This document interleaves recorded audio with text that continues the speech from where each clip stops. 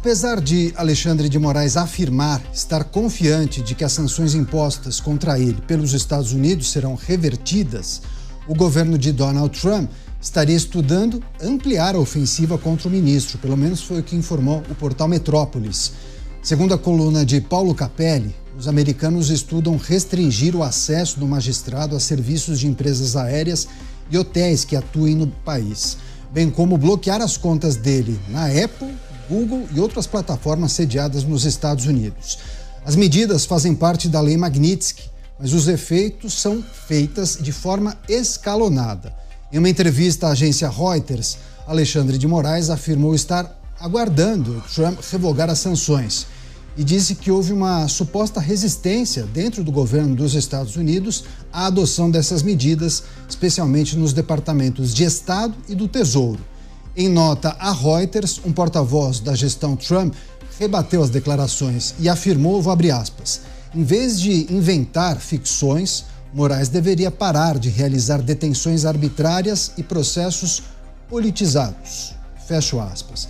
Acho que vários aspectos, detalhes para a gente discutir, analisar. Vamos ao Rio de Janeiro. Roberto Mota, preparado a postos com a gente. Mota, seja muito bem-vindo. Excelente noite a você. As várias informações conectadas ao noticiário que tratam das sanções contra o ministro Moraes e também uma entrevista que ele concedeu à Reuters dizendo que tem uma expectativa de que os Estados Unidos revoguem as sanções contra eles. Enfim, muitas informações para a gente tentar elucidar um cenário bem nebuloso para a nossa audiência, né, Mota? Um cenário muito complicado, mas que deve ser considerado no seu contexto completo, Caniato. Boa noite para você, boa noite aos meus colegas de bancada, boa noite à nossa audiência. Eu já expliquei isso aqui algumas vezes, mas algumas pessoas não entenderam ainda. O indivíduo que está disposto a comprar briga com os Estados Unidos, você, companheiro, que é radical de esquerda, que brada contra os americanos do norte, você tem que estar disposto a abrir mão de muita coisa. Você tem que estar pronto para abrir mão das suas redes sociais, do seu celular, da sua TV a cabo e de inúmeras outras coisas que você não se dá conta, mas são produtos e serviços criados e fornecidos por empresas americanas. Durante muito tempo, os extremistas de esquerda atacavam os Estados Unidos física e moralmente e depois pediam um lanche do McDonald's para comer assistindo uma minissérie no streaming do celular. Durante muito tempo, o sujeito podia pertencer a organizações comunistas radicais. Ele podia fazer manifestações de apoio a ditaduras socialistas. Ele podia apoiar grupos terroristas. E depois, quando ele casava ou nascia um filho, ele ia fazer um enxoval em Orlando. Esses tempos acabaram. Pois é, na abertura de Os Pingos nos Is, a possibilidade dos Estados Unidos ampliarem as sanções contra o ministro Moraes e, ao mesmo tempo, o ministro concede uma entrevista dizendo que tem, sim, a expectativa de que espera que o governo norte-americano revise essas sanções e possa, inclusive, retirá-lo da lista de sancionados por meio da Lei Magnitsky. Vou chamar os nossos outros convidados, Nelson Kobayashi e Bruno Musa, aqui com a gente no estúdio. Agradeço demais pela participação dos dois. Sejam bem-vindos. O Musa, inclusive, na dobradinha 3 em 1, Os Pingos nos Is. Muito obrigado, viu? Obrigado a vocês pelo convite. Um prazer. Boa noite. Koba, queria pedir sua análise e reflexão sobre essas possibilidades, ampliação da Lei Magnitsky para Alexandre de Moraes, inclusive, esse escalonamento impossibilitaria que ele acessasse, inclusive, os sites das empresas aéreas, por exemplo. Sim. Seria restrito a viagens internacionais, muitas vezes, e também se utilizar daqueles serviços tão corriqueiros no dia a dia dos brasileiros, streaming de áudio, filmes, compra em e-commerces, celular, os serviços da Apple. De que maneira a gente precisa refletir sobre a ampliação dessas sanções? Boa noite, Caniato. Boa noite ao Bruno Musa, ao Mota, a todos que nos acompanham aqui nos Pingos nos Is. É sempre um prazer estar com vocês.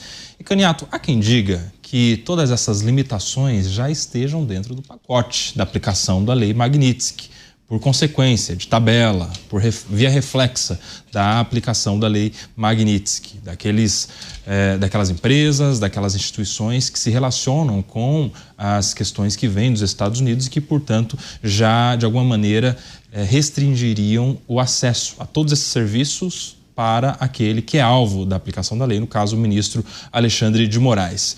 E aí, se a gente está falando o tempo todo de soberania dos estados, de autodeterminação dos povos e da aplicação de uma lei americana para empresas americanas, cabe a quem quer que seja, por maior autoridade que seja e por qualquer nome que possa ostentar, cumprir esse respeito ao que é soberano no estado alheio, no estado americano.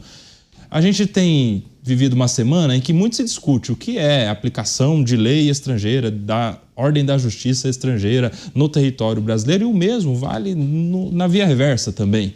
Se lá nos Estados Unidos a aplicação da lei há empresas americanas e lá é que está o servidor, lá que estão os bancos de dados e lá que estão funcionando todos esses serviços, como, por exemplo, no caso das empresas de tecnologia, é uma questão de se respeitar e de acolher. E aí cabe ao ministro, de fato, se amparar nessa sua esperança da entrevista que concedeu a Reuters, de que haverá uma reconsideração da decisão, de que ele vai se manifestar no tempo oportuno, de que ali o governo americano vai ver que cometeu algum tipo de equívoco na aplicação da Lei Magnitsky e vai voltar atrás. Ao ministro cabe exatamente isso, somente a esperança. Do contrário, cabe simplesmente respeitar o que é lei americana, ordem americana para empresas americanas. Pois é, daqui a pouco a gente vai trazer a informação sobre a impressão que têm os executivos dos bancos brasileiros de quais são os caminhos possíveis para essas instituições. Como atender a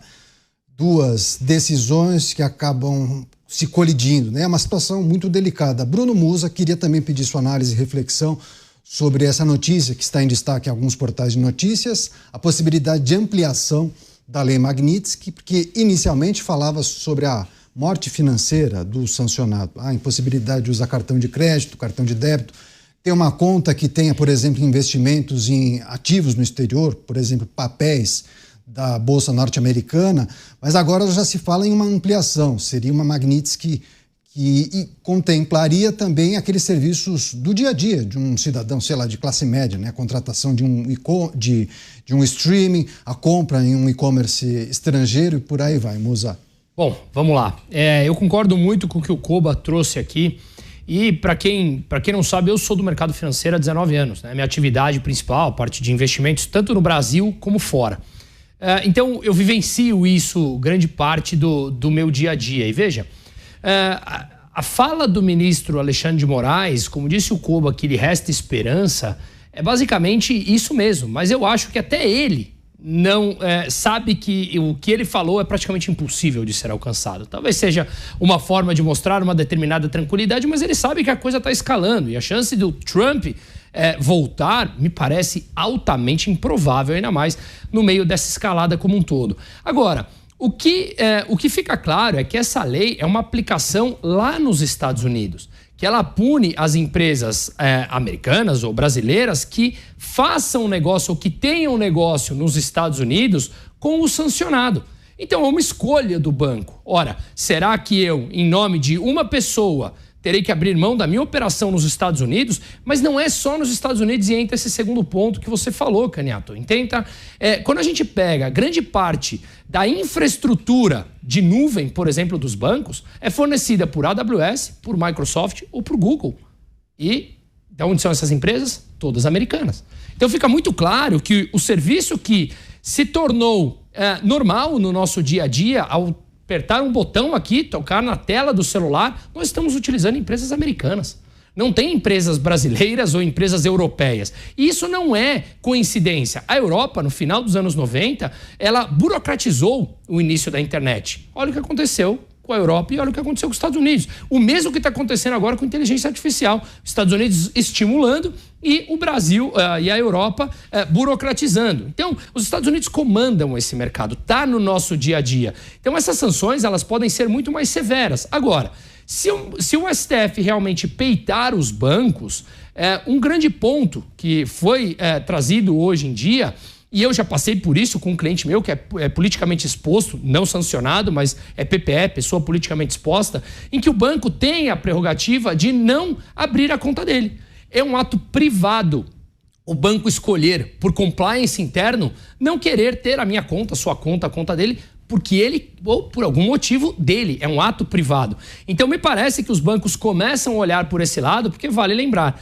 o BNP Paribas, um banco francês, em 2017 foi multado em 8,9 bilhões de dólares. Ou seja, é mais do que o valor de mercado de muitos bancos. Porque driblou a Magnitsky, né? Porque driblou a sanção da Magnitsky, exatamente. Pois é, deixa eu passar para o Roberto Mota, trazendo exatamente o trecho da manifestação do ministro Moraes, Mota. Vou abrir aspas para o ministro do Supremo. É plenamente possível uma impugnação judicial nos Estados Unidos e até agora não encontrei nenhum professor ou advogado brasileiro ou norte-americano que ache que a justiça não iria reverter a imposição da sanção contra ele. Mas nesse momento eu aguardo, e foi uma opção minha, aguardar a questão diplomática do país, Brasil e Estados Unidos, fecho aspas, essa manifestação do ministro Moraes acerca dessa esperança dele de resolução da imposição da Magnitsky contra ele. Enfim, Mota, o que é preciso considerar quando ele adota essa postura de cautela, esperança, aguardar uma resolução diplomática entre Brasil e Estados Unidos? Parece que está longe disso acontecer, né? A esperança é a última que morre, Caniato. Às vezes ela é a única que morre, né? Um recuo é sempre possível. Aliás, muita gente no Brasil espera um recuo, mas não é um recuo de Donald Trump. Muita gente no Brasil espera um recuo do Estado brasileiro. Muita gente espera um retorno à normalidade, ou aquilo que a gente já teve um dia que parece mais próximo da normalidade. Era um tempo, imaginem vocês, em que a gente podia dizer quase tudo. Eu acompanho a história do Brasil há mais ou menos 63 anos.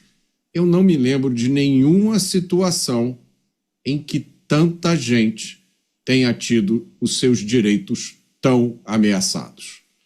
Com a desculpa de combater a extrema-direita, o Estado brasileiro criou o extremo-direito. Foi isso que trouxe o Brasil à situação atual. O que acontece no Brasil há muito tempo deixou de ser uma disputa política entre esquerda e direita. O que parece é que o Brasil voltou a ser uma espécie de capitania hereditária, onde o destino de milhões de pessoas é decidido por meia dúzia, em decisões que muitas vezes parecem uma mistura de patrimonialismo, ideologia e deboche. A decisão do governo americano expressa de forma absolutamente clara em cartas, declarações e várias postagens feitas pelo Departamento de Estado americano e pela Embaixada americana. Essa decisão fez cair muitas máscaras e expôs ao mundo inteiro a tragédia que o Brasil está vivendo.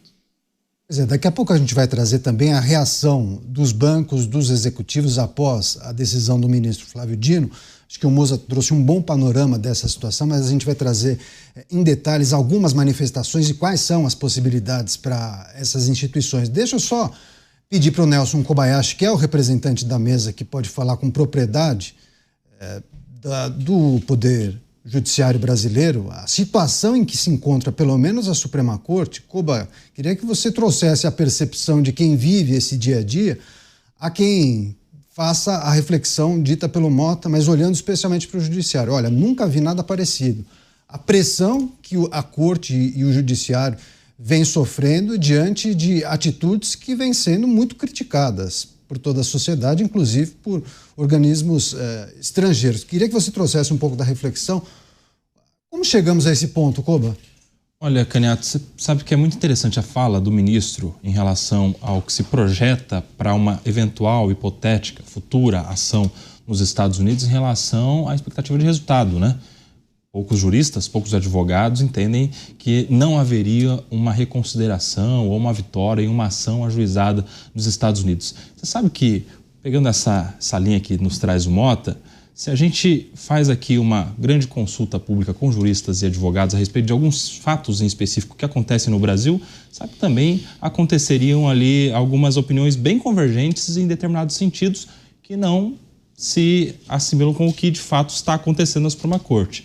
Se a gente pega aqui uma boa base de juristas e advogados e faça ali uma exposição de um inquérito que dura 6 anos, boa parte desses juristas e advogados vão dizer que fique tranquilo, isso aí é só entrar com habeas corpus por excesso de prazo e esse inquérito vai ser trancado, porque não dá para ter inquérito permanente no processo penal brasileiro.